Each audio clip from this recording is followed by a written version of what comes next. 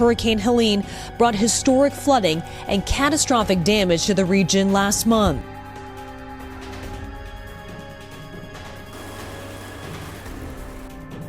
September 2024, Hurricane Helene tears through the southeast, leaving over 1 million people without power.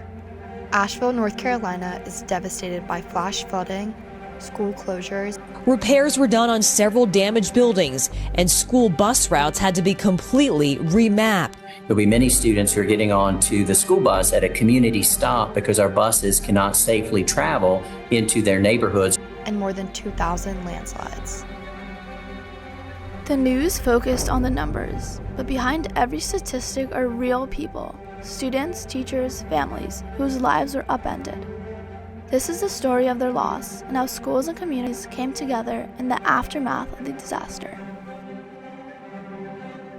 Before the storm, Asheville's schools were busy with fall events, football games, and college prep, just like anywhere else.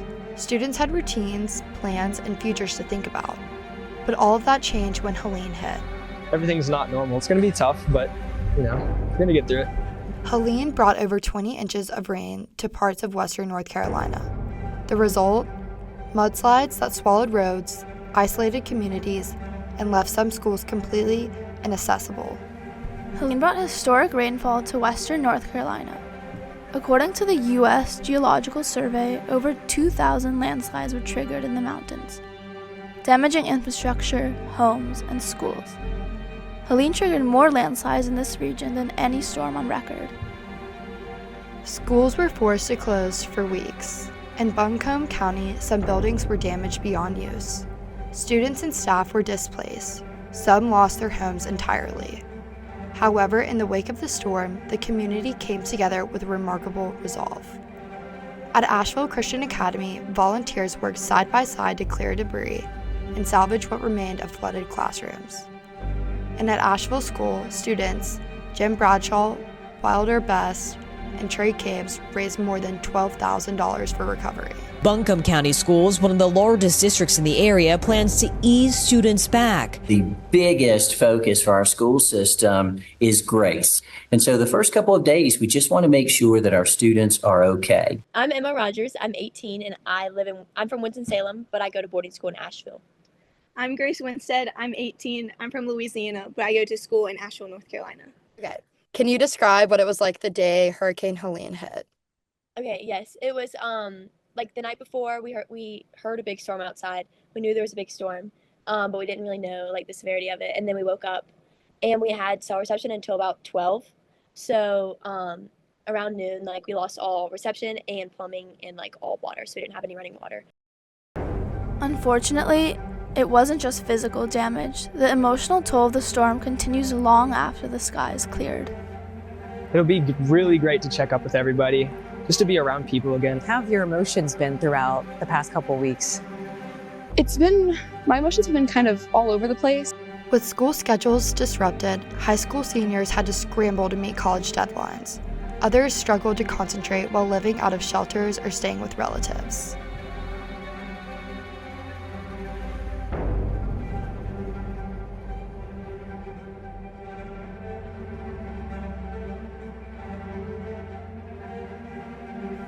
Educators across western North Carolina stepped up, not just as teachers, but as emergency responders. From delivering food to helping families find housing, schools became lifelines. Volunteers, even college athletes at UNC Asheville, pitched in to provide supplies and rebuild classrooms. Asheville Christian Academy, for example, faced major flooding, but they quickly coordinated with disaster relief teams to restore classrooms and resume learning.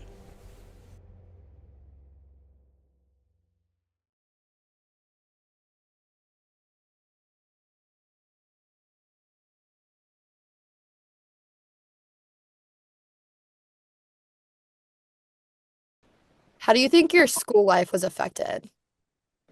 It was definitely really different just because like our greater surroundings were so harshly affected. So a lot of my classmates like didn't have houses, and things were just different because like Asheville was so affected. So we couldn't like go off campus a lot. We couldn't really do the same things we used to do. The next challenge wasn't something you could see on the surface. These kinds of disasters hit hard emotionally, especially for kids. So schools brought in mental health professionals to help students process what they'd been through and begin to heal. And recognizing that these students have gone through so much, hundreds of school counselors and social workers have traveled in really from all across the state to help with the transition this morning and in the days to come. In every interview, one thing stood out: resilience. These students aren't just victims of a disaster. They are survivors with stories worth hearing. And then when you came back to school, like, how did things change, like, routine-wise? Well, for a while we had to use Bottles of water. Yeah, we used bottles of water, and because we didn't have any water, and we could shower, but it wasn't like the cleanest water ever. And then they built a new well, or they like dug up a really old well for a long time ago near our football field, so that we could have fresh water and then to shower with. And then we had like porta potties for like a couple days, and then it got fixed. Hurricane Helene may have left destruction in its path, but it's also revealed something powerful: how schools are more than just buildings. It's been a weeks-long journey just to restore power and running water across the disaster zones. But this week, a much-needed return to normalcy with schools back in session in Watauga County. So surreal, but really good to get them back in the routine. Liz Talent and her family say the time away has given them a greater appreciation of the value of their schools. And they're just so foundational to everybody, to childcare, to allow people to work, to give children structure, to give children love. What's perhaps most frightening about Hurricane Helene isn't just the physical damage. It's the suffering of students whose stories often go unheard. The scariest part is that this could happen again, and it will.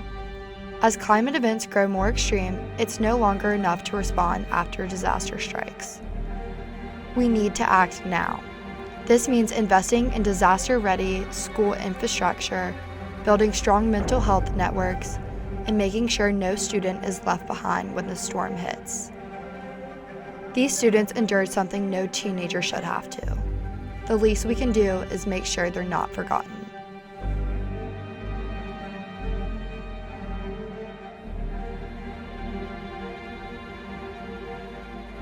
Hey, thanks for watching. Don't miss the Today Show every weekday at 11 a.m. Eastern, 8 Pacific on our streaming channel, Today All Day.